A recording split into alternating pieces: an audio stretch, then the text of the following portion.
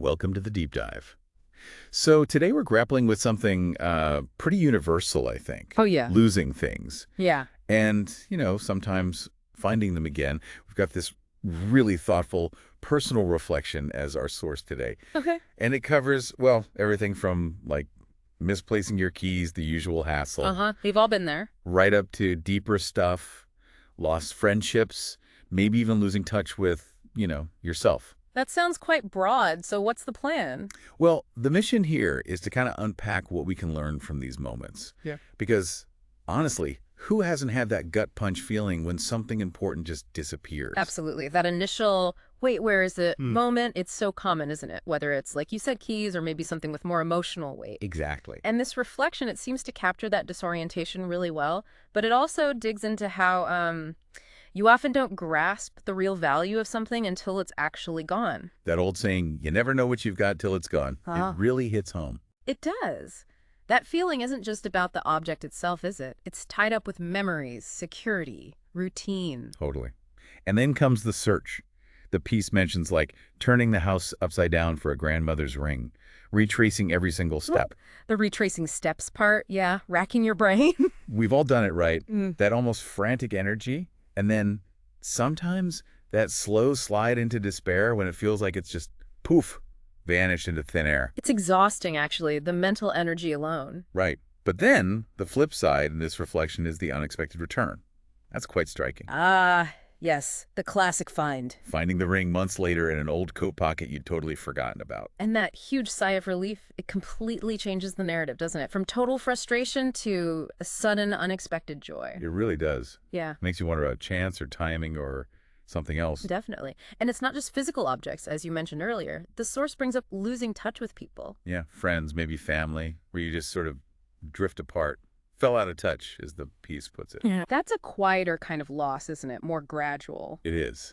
But then that unexpected reconnection later on, bumping into someone, a random message. And that feeling of just picking up right where we left off. Exactly. It's amazing when that happens. This is a lot about the strength of the original bond, I think. It really does. What makes some connections so resilient, Even after years apart, maybe it's that shared history or some kind of fundamental understanding. Could be. And then there's the really personal angle in the reflection. Losing your own way. Losing yourself, feeling like your spark has gone out or you're just stuck in a rut. Yeah, I think a lot of people can relate to that feeling at some point. What I found really interesting was the catalyst for finding it again. Okay. In this case, it was a trip. Getting out into nature. That shift in scenery seemed to help rediscover that drive, Yeah. getting back on track. That's a key point. Sometimes stepping outside your normal routine, your environment, is what you need to, well, find yourself again. It suggests that perspective shifts are really powerful. Absolutely. It makes you think, what else works? What other experiences can trigger that kind of internal rediscovery? So if we pull back and look at the whole picture here, this cycle of losing and finding, what are the big lessons, maybe? Well, I think one clear takeaway is appreciation. Loss definitely sharpens our focus on what actually matters to us. Right, that clarity you get. And the act of rediscovery, whether it's the ring, the friend, or, that inner spark, Yeah. it feels so much more meaningful because of the prior absence. Feels like coming home, as the reflection puts it. Exactly. That phrase really captures it. There's a resonance there. And it finishes on this slightly mystical note almost, this idea that things sometimes just reappear when you least expect it. Yeah, hinting at something like destiny. The phrase used is, what's meant for you will always find its way back.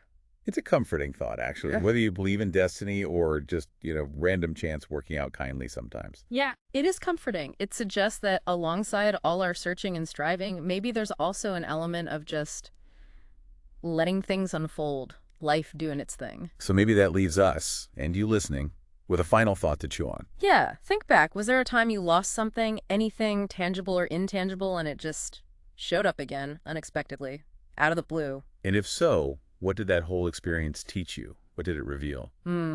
Something to ponder. Definitely. Thanks for diving into this with us today.